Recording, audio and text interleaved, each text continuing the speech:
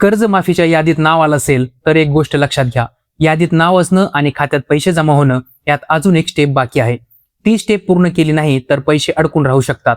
आजच्या व्हिडिओमध्ये आपण पाहणार आहोत ती स्टेप म्हणजे नेमकं काय, कोणती कागदपत्रे लागतात आणि कुठे चूक होते, ती स्टेप पूर्ण करण्याच्या कोणकोणत्या पद्धती आहेत. म्हणून व्हिडिओ शेवटपर्यंत नक्की पहा, म्हणजे कुठलीही महत्त्वाची गोष्ट राहणार नाही. नमस्कार मित्रांनो, मी आहे भैरव आणि तुम्ही पाहतात Avni Marathi updates YouTube channel.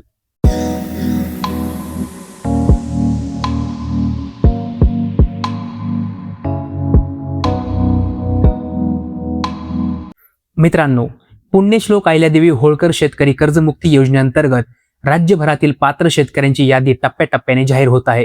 संबंधित बँकांनी ही यादी सरकारच्या पोर्टलवर अपलोड केली असून अनेक जिल्ह्यात ही प्रक्रिया आधी सुरू झाली आहे.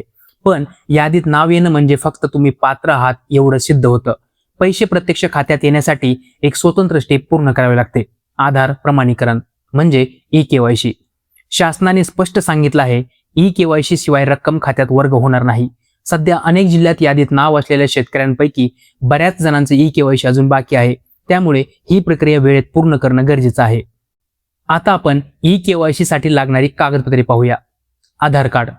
आधार कार्ड फक्त जवळ असून पुरेसे नाही, ते बँक खात्याशी लिंक असणं गरजेचं आहे. Bank passbook. ज्या बँकेतून पीक कर्ज घेतलं त्याच खात्याचं पासबुक लागेल. त्यावरचा खाते क्रमांक आणि IFSC कोड पडताळणीसाठी वापरला जातो. आधारशी लिंक मोबाईल नंबर.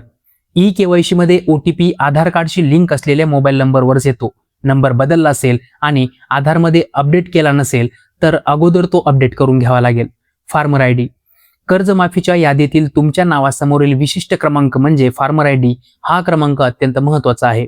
आता आपण ई-केवायसी कशी करायची याबद्दल पाहूया. पहिली पद्धत, जवळच्या CSC सेंटर किंवा आपले सरकार सेवा केंद्रावर वरील 4 कागदपत्रे घेऊन जा. ऑपरेटर फार्मर ID टाकून यादी उघडेल आणि बायोमेट्रिक पद्धतीने अंगठ्याचा ठसा घेऊन प्रमाणीकरण पूर्ण करेल. दुसरी पद्धत, ज्या बँकेतून पीक कर्ज घेतला आहे त्याच शाखेत जाऊन कर्मचाऱ्याला ई-केवायसी बद्दल सांगा. ते फार्मर ID आणि आधार तपशील पोर्टलवर टाकून पडताळणी करतील.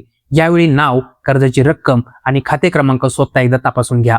तिसरी पद्धत, आधारशी मोबाईल नंबर लिंक असेल तर ॲग्रीस्टॅक पोर्टलवर फार्मर ID टाकून OTP मागवता येतो. OTP टाकला की ई-केवायसी पूर्ण होतं. ही पद्धत सर्वात सोयीची आहे, कारण यासाठी रांगेत उभं राहावं लागत नाही. आता महत्त्वाची सूचना, ही प्रक्रिया शक्य तितक्या लवकर पूर्ण करणं चांगलं, कारण शेवटच्या दिवसात पोर्टलवर आणि केंद्रावर गर्दी वाढू शकते. अचूक अंतिम तारीख आणि पुढील सूचनांसाठी तुमच्या जिल्ह्याचं अधिकृत पोर्टल आणि स्थानिक बँक शाखा यांच्याकडून वेळोवेळी खात्री करत राहा. मित्रांनो, या व्हिडिओबाबत तुमच्या मनात कोणताही प्रश्न असेल किंवा ई-केवायसी करताना काही अडचण येत असेल तर खाली कमेंटमध्ये नक्की लिहा. तसेच कर्जमाफीच्या यादीत नाव कसे पाहायचे किंवा फार्मर ID कसा शोधायचा याबद्दल माहिती हवी असेल तर कमेंटमध्ये नक्की सांगा.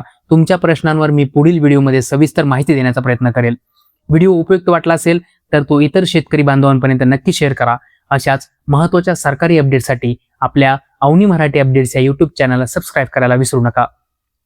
पुन्हा भेटूया अशाच एका नवीन आणि महत्त्वाच्या अपडेटसह. धन्यवाद.